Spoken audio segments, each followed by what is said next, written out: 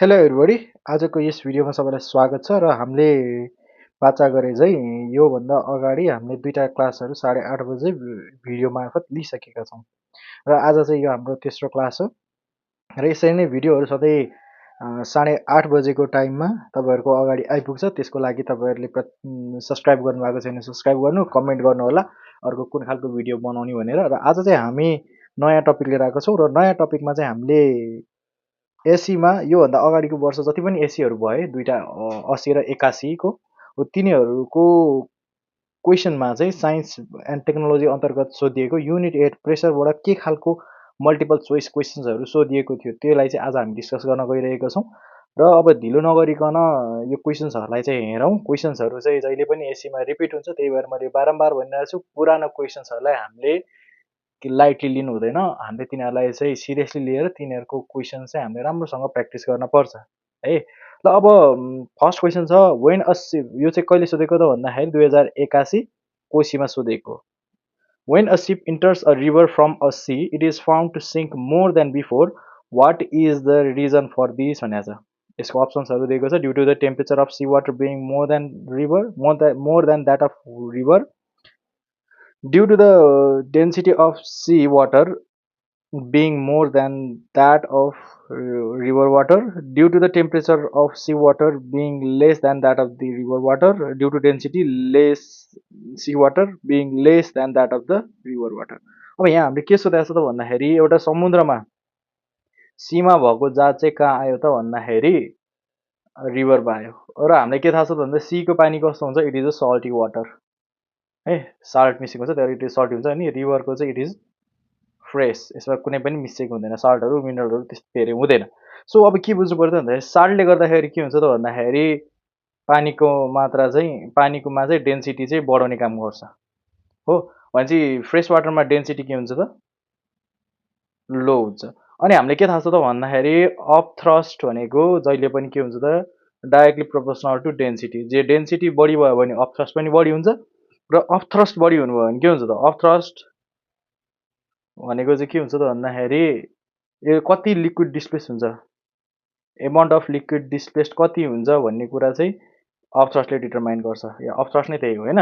So अब density बढी भएपछि लिक्विड डिस्प्लेस पनि बढी हुन्छ, जति लिक्विड डिस्प्लेस भयो त्यति नै त्यो के हुन्छ त भन्दाखेरि डुब्ने कि तैरिने भन्ने कुरा हुन्छ। र सी वाटरमा चाहिँ के थियो त भन्दाखेरि डेन्सिटी धेरै थियो, त्यही भएर धेरै लिक्विड डिस्प्लेस हुन्थ्यो, त्यही भएर त्यो कम डुब्थ्यो। र जब ऊ फ्रेस वाटरमा आयो त्यब ऊ के भयो त भन्दाखेरि उसको डेन्सिटी चाहिँ लो भएको कारणले गर्दाखेरि लिक्विड पनि थोरै डिस्प्लेस गरेर अलिकति बढी डुब्ने देखियो। त्यही भएर हाम्रो राइट एन्सर चाहिँ कुन हुन्छ त भन्दाखेरि हाम्रो राइट एन्सर चाहिँ option 2 due to the density of water being more than that of river water. कुरा बुझ्नुभयो? यो डेन्सिटीको कुराले गर्दाखेरि हुन्छ, डेन्सिटीले गर्दाखेरि अफ थ्रस्टले गर्दाखेरि लिक्विड डिस्प्लेसले गर्दाखेरि कति डुब्यो भन्ने कुरा हामीले भन्न सकियो। र अब हामी जान्छौँ क्वेसन नम्बर 2 मा। क्वेसन नम्बर 2 चाहिँ मध्य प्रदेशमा 2081 मा सोधेको थियो। When aluminium foil is placed on the beaker it floats, when the same piece of foil is squeezed into spherical shape it sinks, what could be the reason? ल हेर त कति राम्रो क्वेसन सोधेको छ। एउटा कुनै पनि अल्मुनियम फोइललाई चाहिँ फ्ल्याट, त्यसलाई चाहिँ सिट, त्यसको जुन सिट छ त्यसलाई कचाकचुक नबनाइकन पानीमा हाल्यो भने त्यो चाहिँ के हुन्छ तैरिन्छ। तर जब त्यसलाई कचाकचुक भने जस्तै ल मानौँ यो चाहिँ एल्मुनियम सिट भयो, अब यसलाई चाहिँ पानीमा बिकरमा राख्दाखेरि चाहिँ यो चाहिँ डुब्दैन रे, यो तैरिन्छ, यो माथि नै रहिरहन्छ होइन।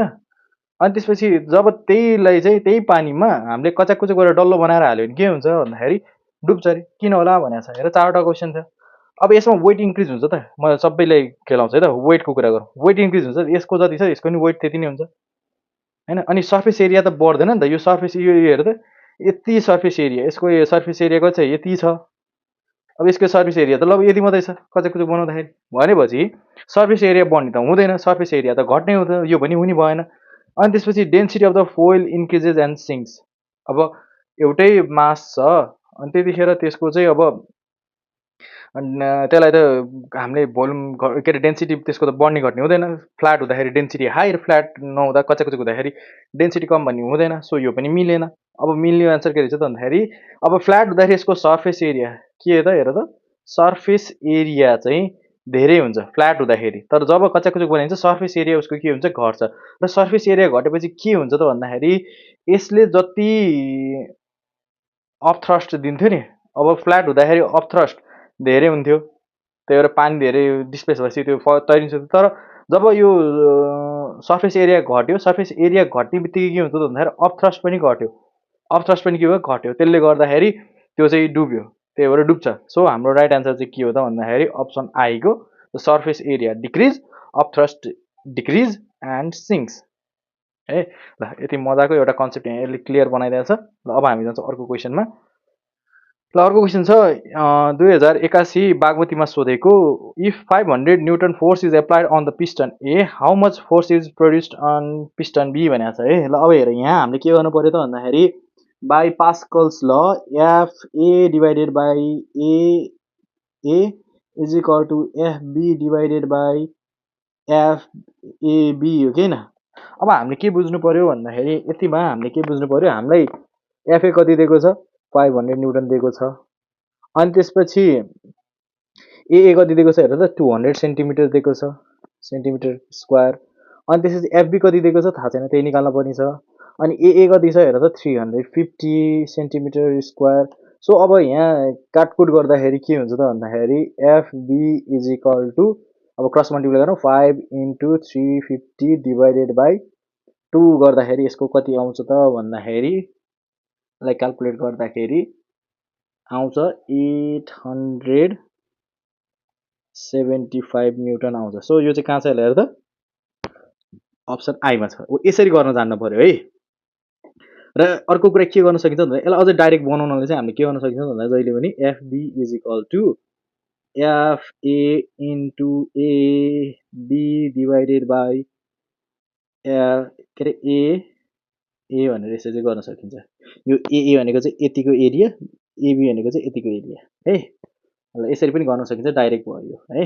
ल अब जान्छौँ अर्को क्वेसनमा। अर्को क्वेसनमा के सोधेको छ in the given figure what is the upthrust given by the liquid in the immerse body भनेको छ है। र हामीलाई अर्को के थाहा छ त, एउटा अपथ्रस्टको हामीले जुन फर्मुला हामीले पढेको थियौँ होइन, अपथ्रस्ट इज इक्वल टु हेर है, पहिला त्यो क्वेसन चित्र हेर्नुभन्दा पनि पहिला यहाँ चित्रमा देखिहाल्छ होइन। म यसलाई अझै जुम गरिदिन्छु। ल हेर त यहाँ 50 न्युटनको अब्जेक्ट हाल्दाखेरि अब यहाँ पानी कति डिस्प्लेस भयो त भन्दाखेरि 15 न्युटन डिस्प्लेस भएको छ। सो अपथ्रस्टको फर्मुला हामीले के थाहा छ भन्दाखेरि वेट अफ लिक्विड डिस्प्लेस्ड, कति लिक्विड डिस्प्लेस भयो भन्ने कुरा नै के हो त अपथ्रस्ट हो। यहाँ कति भएको छ 15 न्युटन भएको छ। सो 15 न्युटन कहाँ छ हेर त, ल 15 न्युटन कहाँ छ त अप्सन 4 मा छ। सो यसरी हामीले क्वेसन नम्बर 4 पनि गऱ्यौँ। ल अब त्यसपछि हामी जान्छौँ क्वेसन नम्बर 5 मा। क्वेसन नम्बर 5 मा के भन्छ त, के भनेको छ भन्दाखेरि on the basis of given table choose the correct fact. Piston एमा के भनेको छ 25 स्क्वायर सेन्टिमिटर स्क्वायर छ भने बीमा चाहिँ 40 सेन्टिमिटर स्क्वायर छ। अब यसले के भनेको छ यो मध्येबाट तलको करेक्ट फ्याक्ट कुन चाहिँ हो पत्ता लगाऊ भनेको छ। पहिलोमा हेर त load of piston A can be lifted by applying less effort on B. अब मैले सिम्पल यस्तो बनाइदिउँ, जस्तै यसको एरिया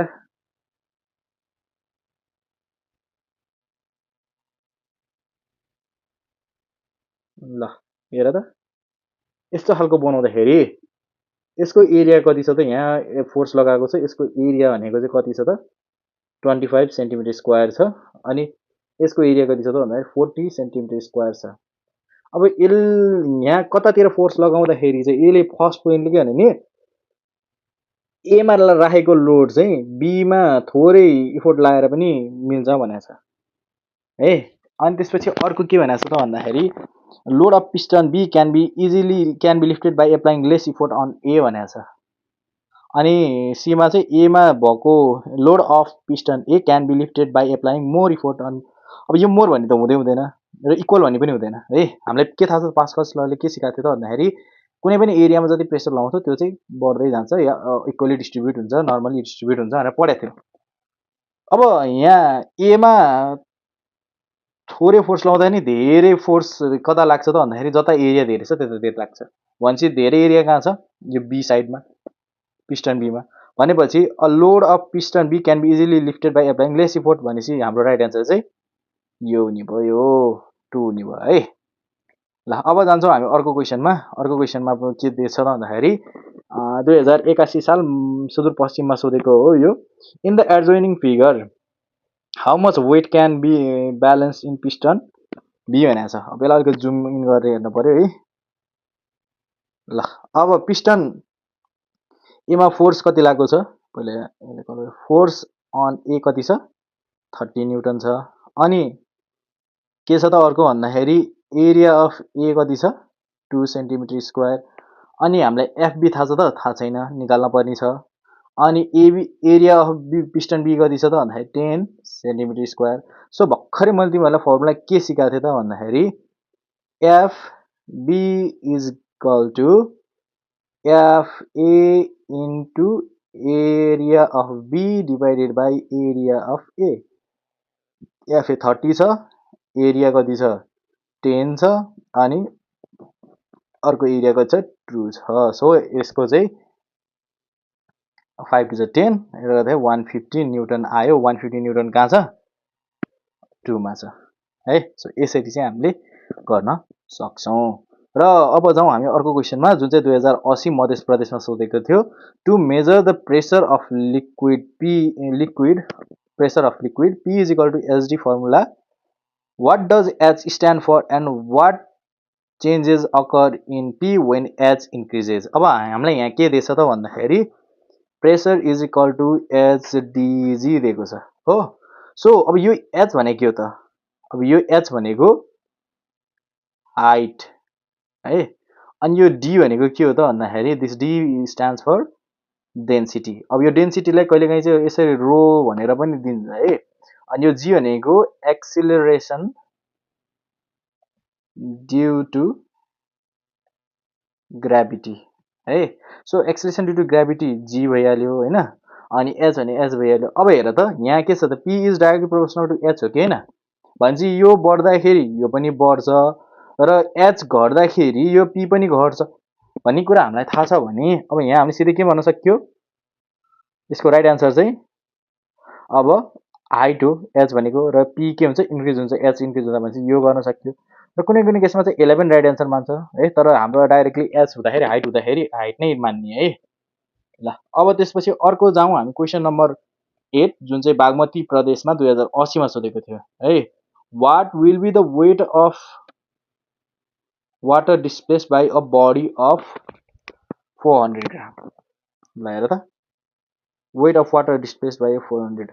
अब पानीमा कुनै पनि जस्तै अब यहाँ हेरौँ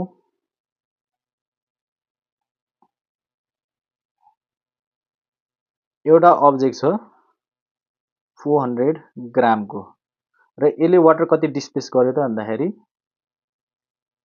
यसले वाटर गरेको डिस्प्लेस गरेको कति हुन्छ भन्थ्यो। अब वाटर डिस्प्लेस भनेको के हो त भन्दाखेरि हामीलाई के थाहा छ त भन्दाखेरि weight of object is equal to weight of liquid displaced हो कि होइन। अब जति ऊ छ 400 ग्रामको मास छ भनेपछि हामीले यहाँ एम कति दिएको छ, एम दिएको छ 400 ग्राम। र यो 400 ग्रामलाई चाहिँ पहिला यसको एसआई युनिट भनेको केजी हो, 0.4 केजी बनाइयो।